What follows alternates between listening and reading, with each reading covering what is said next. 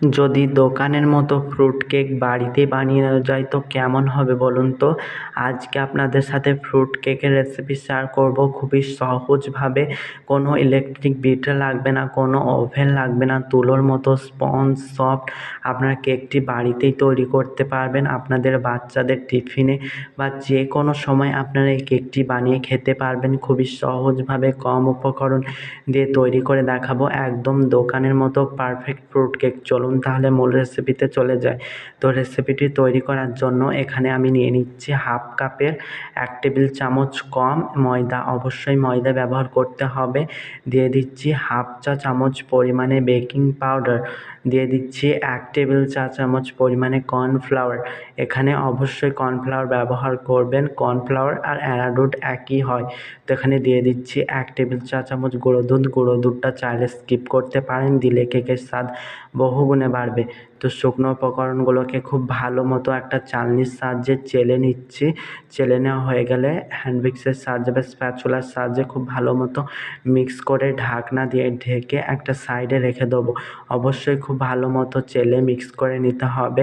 তো আমার চেলে মিক্স করে নেওয়া হয়ে গেছে। এবার এই শুকনো উপকরণটাকে একটা সাইডে রেখে দিচ্ছি, ঢাকনা দিয়ে অবশ্যই রেখে দেবো। তো আমাদের শুকনো উপকরণটা তৈরি হয়ে গেল। যে জায়গাটার মধ্যে আমরা কেকটা বেক করব সেই জায়গাটাকে আমি রেডি করে নিচ্ছি। তো এখানে আমি 1 পাউন্ডের একটা কেক মোল্ড ব্যবহার করছি। আপনার বাড়িতে থাকা যে কোনো জায়গা দিয়ে কেকটাকে বেক করতে পারবেন। তো খুব সামান্য পরিমাণে সাদা তেল আমি কেকের মোল্ডের তলায় বিছিয়ে দিচ্ছি, মানে ব্রাশ করে দিচ্ছি। তো আমার ব্রাশ করে দেওয়া হয়ে গেলে এখানে 1 চা চামচের একটু কম নিয়ে নিচ্ছি ময়দা।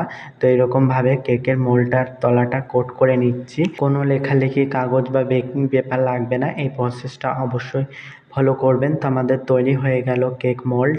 তো এই দেখুন মোল্ডটা তৈরি হয়ে গেল, একটা সাইডে রেখে দিচ্ছি। এবার আমি কেকটার মধ্যে কিছু টুটি ফ্রুটি ব্যবহার করব।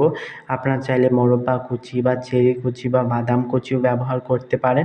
আমি এখানে টুটি ফ্রুটি নিয়েছি, হাফ চা চামচ নিয়ে নিচ্ছি কর্নফ্লাওয়ার। তো এইগুলোর সাথে আমি এরকম করে কোট করে নিচ্ছি। আশা করছি দেখেই বুঝতে পারছেন।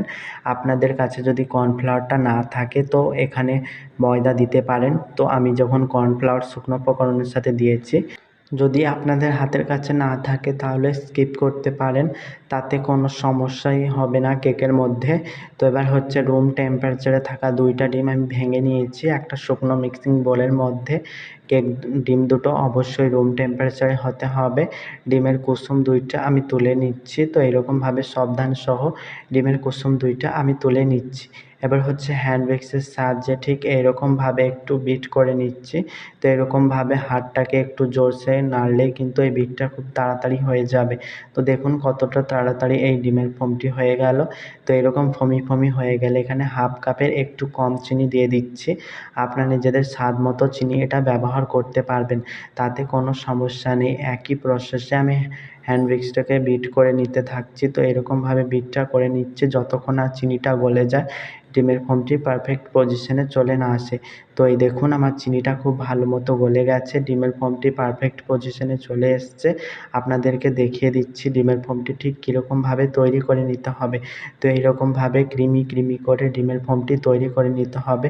একটা দাগ কেটে নিচ্ছি, দাগটা যদি সাথে সাথে না মিলিয়ে যায় বুঝে নিতে হবে আমাদের ডিমের ফোমটি পারফেক্ট হয়ে গেছে।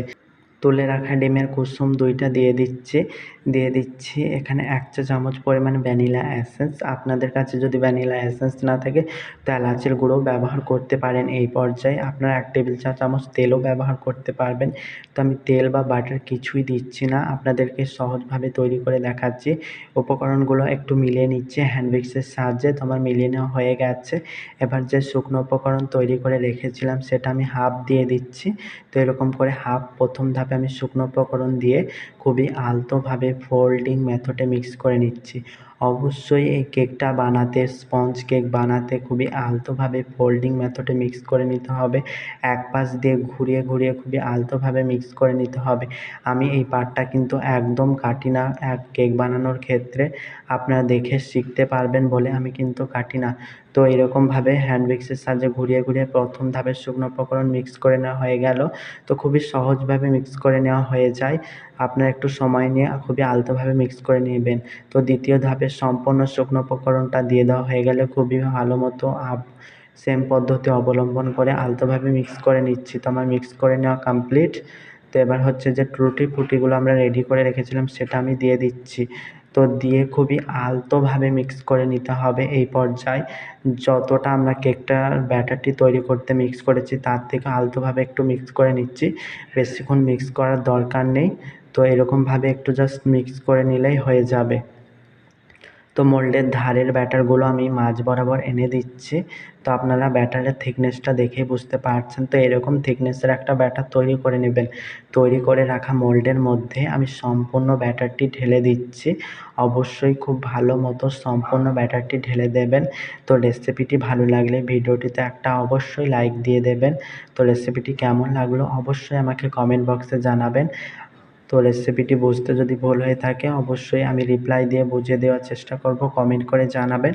তো মোল্ডের মধ্যে সম্পূর্ণ ব্যাটারটি ঢেলে দেওয়া হয়ে গেলে হালকা মতো ট্যাপ করে নিচ্ছি, ট্যাপ করে আমি বেক করে নিচ্ছি। কেকটিকে বেক করার জন্য 5 মিনিট আগে থেকে গ্যাসের ফ্লেম লোতে রেখে একটা জায়গার মধ্যে একটা স্ট্যান্ড দিয়ে ঢাকনা দিয়ে ঢেকে আমি 5 মিনিট লো আঁচে প্রিহিট করে নিয়েছিলাম। সেই জায়গাটার মধ্যে কেকের মোল্ডটা বসিয়ে দিচ্ছি। ঢাকনা দিয়ে ঢেকে আমি কেকটিকে বেক করে নিচ্ছি 20 থেকে 25 মিনিট মতো। আপনাদের সময়টা কম বা বেশি লাগতে পারে। কেকের ঢাকনার মধ্যে যে ছিদ্রটা রয়েছে সেটা আমি বন্ধ করে দিচ্ছি। তো কেকটা যখন এইরকম ফুলে যাবে, আশা করছি দেখেই বুঝতে পারছেন, ঠিক এইরকমভাবে ফুলে যাবে। এই পর্যায়ে আমি কিছু টুটি ফুটি এবং কাজু বাদাম দিয়ে দিচ্ছি। আপনারা চাইলে এটা স্কিপ করতে পারেন, দিলে দেখতে অনেক সুন্দর লাগবে। তো কেকের স্বাদে কোনো ফারাক পড়বে না, এটা দিতেই হবে বলে কোনো মানে নেই, এটা দেখার সৌন্দর্যের জন্য দিচ্ছি। কেকটাকে এমনি করে আমি এরকম করে টুটি ফুটি দিয়ে ঢাকনা দিয়ে ঢেকে কেকটাকে বেক করে নিচ্ছি। আপনারা চাইলে ওভেনেও বেক করতে পারেন 180 ডিগ্রি তাপমাত্রায়। আপ ডাউন হিট অন রেখে নিজেরটাকে দিয়ে 20 থেকে 25 মিনিট সময় দিয়ে আপনার কেকটাকে বেক করে নিতে পারবেন। তো কেকটাকে আমার বেক হয়ে গেছে। কেকটাকে আমি চেক করে নিচ্ছি একটা কাঠির সাহায্যে, অবশ্যই চেক করে নেবেন কেকটা পারফেক্টভাবে বেক হয়েছে কি হয়নি। রুম টেম্পারেচারে রেখে কেকটাকে আমি ঠান্ডা করে নিয়েছি। তো ঠান্ডা করার পর কেকটাকে আমি মোল্ড আউট করে নিচ্ছি। তো একটা চাকুর সাহায্যে এরকম করে আমি ধারগুলো ছাড়িয়ে দিচ্ছি। তো কাজটি ঠিক কীরকমভাবে করছি আশা করছি দেখেই বুঝতে পারছেন। কেকটা বানাতে যতটা সোজা, খেতে কিন্তু অনেক মজার। অবশ্যই রেসিপিটি ট্রাই করবেন, আপনার পরিবার আপনার আপনজনকে বানিয়ে খাওয়াবেন, আপনার প্রশংসায় ডুবে যাবে। তো মোল্ড আউট করে নেওয়া হয়ে গেছে। কেকটা দেখুন কতটা পরিমাণে স্পঞ্জ এবং সফট হয়েছে। তো এইরকম স্পঞ্জি সফটি কেক আপনারা তৈরি করতে পারবেন। কেকটা খেতে হয়েছিল অনেক মজার। অবশ্যই রেসিপিটি ট্রাই করবেন। আমি কেকটাকে কাট করে দেখিয়ে দিচ্ছি কেকটা কতটা সুন্দর হয়েছে। ভিতর থেকে জালিদার, একদম ভিতর থেকে সমানভাবে টুটি ফুটি রয়েছে। এই কর্নফ্লাওয়ারটা দেওয়ার কারণে কেকের টুটি ফুটিগুলো নিচের দিকে চলে যায়নি। অবশ্যই কর্নফ্লাওয়ারটা দেওয়ার চেষ্টা করবেন। তো রেসিপিটি কেমন লাগলো অবশ্যই জানাবেন। আজকের রেসিপি এই পর্যন্ত। সবাই ভালো থাকবেন, সুস্থ থাকবেন। আবার অন্য কোনো রেসিপি নিয়ে আবার হাজির হয়ে যাব। ওকে, বাই।